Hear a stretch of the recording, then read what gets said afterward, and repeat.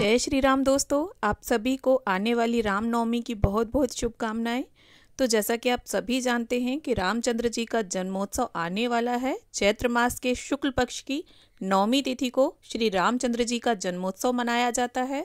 तो आज की इस वीडियो में मैं आपको बताने वाली हूँ कि रामनवमी के दिन हमें किस प्रकार घर पर पूजा करनी चाहिए, क्या क्या चीज़ें विशेष रूप से करनी चाहिए और हमारे रामलला का जन्मदिन हमें किस तरह से मनाना चाहिए।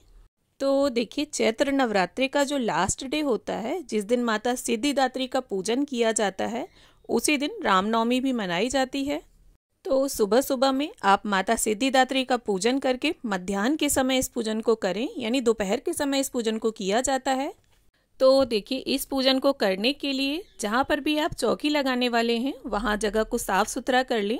और यहाँ पर हल्दी से मैं स्वास्तिक बना रही हूँ। और अगर आप चाहें तो जहाँ पर भी आपने माता की चौकी लगा रखी है वहाँ पर भी ये पूजन कर सकते हैं। मैंने यहाँ पर एक अलग से चौकी लगाकर उसके ऊपर पीले रंग का वस्त्र बिछा लिया है।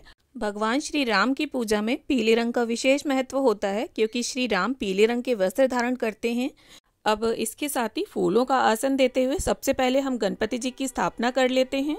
और प्रभु श्री राम को आसन देने के लिए यहाँ पर फूल बिछा दिए हैं मैंने। आप देखिए, फूलों की जगह पर अक्षत का भी प्रयोग कर सकते हैं।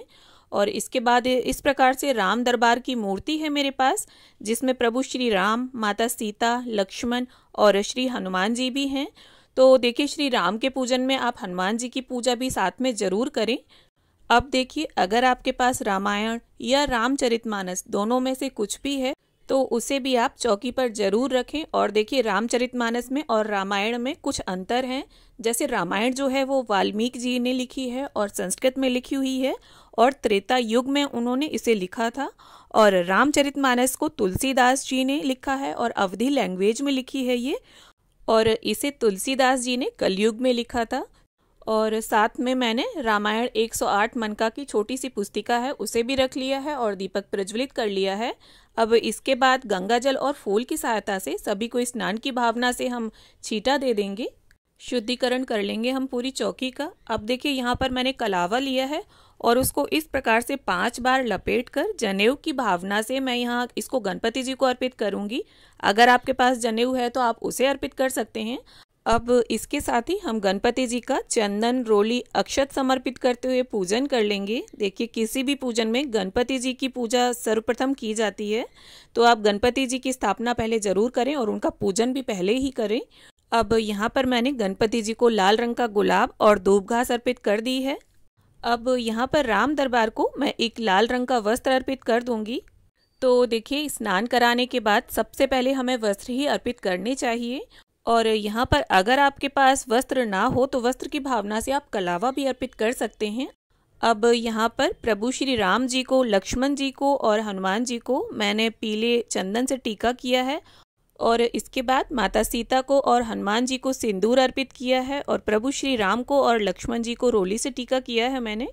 अब इसके बाद प्रभु श्री राम को और लक्ष्मण जी को नारंगी गेंदे के फूल अर्पित किए हैं मैंने, और माता सीता को और हनुमान जी को लाल रंग का गुलाब। और साथ में हमने जो रामचरितमानस और रामायण 108 मन का रखी है उसका भी पूजन साथ में करते चलेंगे। तो देखिए, फूल आपको आसानी से आज के दिन मिल जाएंगे, क्योंकि दो शुभ तिथियां होती हैं, एक रामनवमी और एक नवरात्रि का लास्ट दिन। और अगर किसी कारण से फूल आपको ना मिले तो आप बिना फूलों के भी पूजन कर सकते हैं। तो देखिए, रामनवमी के दिन से आप रामचरितमानस या रामायण का पाठ करना शुरू कर सकते हैं और इन चीज़ों का दान भी कर सकते हैं, इन पुस्तकों का। इसके साथ साथ देखिए, अगर आपके घर पर रामायण नहीं है तो इस दिन आप रामायण भी लेकर आ सकते हैं। बहुत ही शुभ दिन रहता है आज का। तो यहाँ पर देखिए, गणपति जी को हमने अलग से गुड़ नारियल का भोग रख दिया है और प्रभु श्री राम को यहाँ जो भी मेवा मिष्ठान हो आपके पास उपलब्ध उनका भोग रखें। और यहाँ पर मैंने नारियल प्रसाद के रूप में रख दिया है। और आपने सुबह जो भी हलवा, खीर, पूड़ी वगैरह बनाया हो उसका भी भोग आप प्रभु श्री राम को लगाएं। अब यहाँ पर अगर आप चाहें तो माता सीता को कुछ सुहाग की सामग्री भी दान कर सकते हैं। अगर आपके पास घर पर सामग्री उपलब्ध है तो आप समर्पित करें, अन्यथा ना भी करें तो कोई दिक्कत वाली बात नहीं है। अब इसके साथ ही देखिए, हम जल समर्पित कर देंगे। और देखिए, भोग के साथ आप जल रखना ना भूलें, क्योंकि अक्सर ऐसा होता है कि हम भोग तो रख देते हैं पर जल रखना भूल जाते हैं।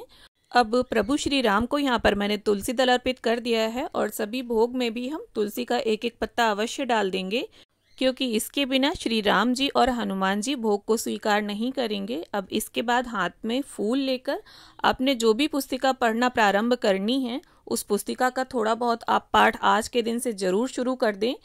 और देखिए, अगर आप आज के दिन से ही रामायण का पाठ शुरू करना चाहते हैं तो आज के दिन से ही संकल्प लेकर आप इसे 7 दिन में, 1 महीने में या 1 साल के अंदर भी इसे संपूर्ण कर सकते हैं। और देखिए, रामायण का या श्री रामचंद्र जी से संबंधित किसी भी धार्मिक ग्रंथ का या धार्मिक पुस्तक का आप पाठ कर सकते हैं आज के दिन से। और इसके साथ साथ अगर आप चाहें तो रामनवमी की कथा भी पढ़ सकते हैं। अब इसके बाद रामनवमी के दिन प्रभु श्री राम के निमित्त हमें दीपदान अवश्य करना चाहिए। और 5, 7, 9, 11 जितने भी दिए आप चाहें उतने दान कर सकते हैं। और यहाँ पर मैंने 9 आटे के दिए बनाए हैं, आप चाहें तो मिट्टी के दिए भी ले सकते हैं।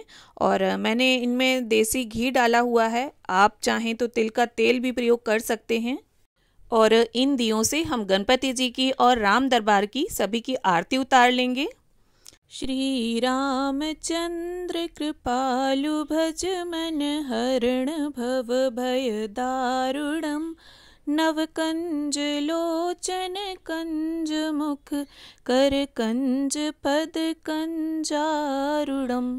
तो इस प्रकार से आप इन दियों को श्री रामचंद्र जी के मंदिर में भी दान कर सकते हैं, या जहाँ पर भी आपने श्री रामचंद्र जी की पूजा की है वहाँ पर भी उनके सामने इन दीपकों का दान कर सकते हैं। अब देखिए, इसके बाद हम एक छोटा सा हवन कर लेंगे श्री रामचंद्र जी के निमित्त। और अगर आप चाहें तो जो सुबह आपने हवन किया होगा उसी में रामचंद्र जी के नाम की आहुतियाँ भी दे सकते हैं। और जो भी भोग प्रसाद आपने श्री रामचंद्र जी को लगाया हो उन सभी की आहुति आप इसमें ज़रूर दें, क्योंकि आहुति के माध्यम से भगवान तक भोग पहुंच जाता है। अब इसके साथ ही अपनी श्रद्धा और सामर्थ्य के अनुसार कुछ दक्षिणा अवश्य निकाल दें, इससे पूजा में अगर कोई कमी रह गई होगी तो वो पूरी हो जाएगी। अब इसके बाद हम सभी के चरण स्पर्श करेंगे और अपने घर परिवार की सुख शांति की कामना करेंगे। और प्रभु श्री राम से क्षमा याचना कर लेंगे कि अगर पूजा में हमसे किसी भी तरह की कोई भूल चूक हो गई हो तो उसे क्षमा करें। और इसके बाद सीधे हाथ में थोड़ा सा जल लेकर चौकी के आसपास 3 बार फेर दें, इससे समस्त पूजा का आचमन हो जाएगा और शुद्धिकरण भी।